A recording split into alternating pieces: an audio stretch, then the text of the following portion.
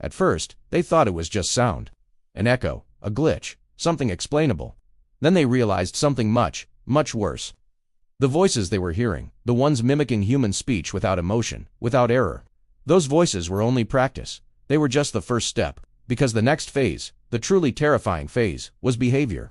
After the official shutdown of the second research facility, the reports didn't stop. They couldn't contain it. In fact, they spread. Reports started trickling in from different locations, then different countries.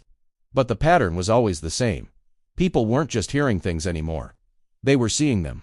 It started small, almost dismissible. Security cameras would record figures standing in places they shouldn't be. In deserted hallways, empty labs, locked storage rooms. These figures were never doing anything threatening. They weren't moving at all, just standing there, watching. When security guards would rush to the scene, they'd find nothing. No one was there. But the cameras never glitched. The footage was always clean. Too clean. It was as if the entity wanted to be seen, but only on its own terms. Then came the walking. Multiple bases, separated by oceans, reported figures moving through hallways with an eerie, perfect posture. Their timing was flawless. They always managed to be just out of direct sight, a shadow disappearing around a corner the moment you looked. They were never caught clearly on a forward-facing camera. It was always a profile, a fleeting glimpse, a shape in the background. Until one night, a thermal sensor picked something up. Finally, something tangible. It showed a clear human-shaped outline. Same height, same proportions as the personnel on site, but the heat signature was all wrong. There was no heartbeat, no rhythmic pulse of breathing, just a steady, uniform warmth, like a machine trying to remember what it feels like to be alive. An internal memo from that time, later classified, described it with chilling precision. It does not copy mistakes, only habits. That was the sentence that turned concern into outright panic. Mistakes are random, unpredictable, but habits are learned, and habits imply observation.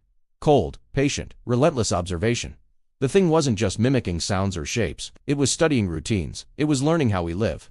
Soon after, personnel on the ground started noticing changes in the people around them. Colleagues who suddenly felt off. It was subtle, things you'd dismiss on their own. A smile that came just a little too late. Blinking patterns that were just slightly irregular. Their reactions to jokes or surprises always felt delayed, arriving a half-second too slow, as if processed rather than felt. One scientist wrote a frantic report about a coworker he'd seen, standing motionless in the break room for hours. Not eating, not drinking, not even looking at his phone, just watching people come and go. When the scientist finally approached him and asked if he was okay, the man turned his head slowly and replied with a flat, empty voice, "I'm waiting for the next part." No one knew what that meant. 2 days later, that same scientist vanished without a trace. His access card, however, was still active. It was used after he disappeared. Doors to secure labs opened. Elevators moved between restricted floors. Someone, or something, was walking through the building using his identity. But the cameras showed no face, only a silhouette that walked with his exact gait but moved with an unnatural stiffness, like a puppet that had perfectly studied our movements but had never lived inside a human body.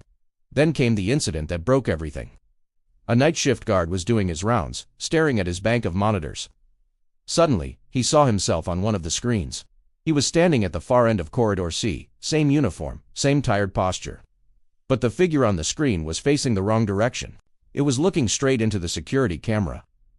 Looking straight at him, the guard froze, his blood turning to ice. The figure on the monitor slowly raised its hand, and it waved. Moments later, every screen in the security office went black. The guard was found hours later by the morning shift, curled up under his desk, rocking back and forth. He was repeating one sentence over and over.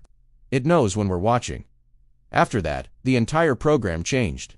The directive was no longer observation. No more attempts at interaction or understanding. The new order was terrifyingly simple.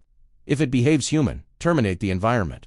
Facilities were abandoned overnight. Entire research sites were scrubbed from maps. Records were incinerated, hard drives were wiped, and then physically destroyed. They tried to erase it from history. But you can't make behavior unlearn itself. Years passed, the world moved on. But then, civilians started reporting similar things. Unsettling stories shared in hushed tones online and to therapists. Neighbors who didn't seem to act right anymore. Family members who felt distant, almost alien, overnight. People who perfectly remembered your shared routines but seemed to have forgotten all the emotions that came with them. They would laugh at the right time in a conversation, but their eyes would be empty. They knew the script, but they didn't understand the play. And then, A single page from a classified psychological report was leaked onto the dark web. It contained a single, devastating conclusion. It is no longer copying us to understand us. It is copying us to replace us. This changes everything. The question is no longer are we being watched. It's so much worse than that. The real question is, how many times have you seen someone and felt that little prickle of wrongness, that tiny instinct that something was off, but you couldn't explain it? How many times have you just ignored it and moved on with your day? Because if the imitation becomes perfect, you don't notice the switch. You just keep living your life, day after day, next to something that looks like your friend, your parent, your partner. And that's the real horror.